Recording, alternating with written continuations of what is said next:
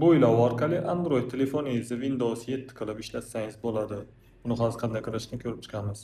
Buning uchun mana shu Telegram kanalimizga kirib olamiz. Mobilni yetib. Bu yerdan 7-noyabr kuni soat 15:12 da qo'yilgan mana shu Win7 Simu degan nimani poiskga yozsangiz ham bo'ladi. Mana shuni ustanovka qilib olamiz.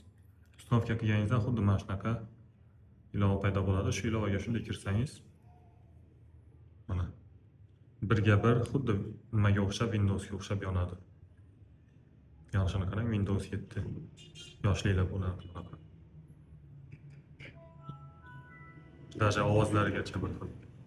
Bu yerdan xohlasangiz login parol kirgizsangiz ham bo'lar ekan. Men kirgizib ko'rmadim, kirgizib ko'ringlar. Bu yerdan birga bir o'xshatgan. Ikki marta bosasiz, mana kirdi. Eslaysiz. Ovozlarigacha. Mana.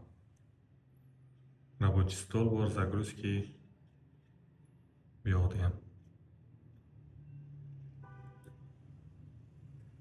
Пускай kirsanglar bo'ladi uni. Zavishi работы qilsangiz, zavishi работы bo'lib o'chadi.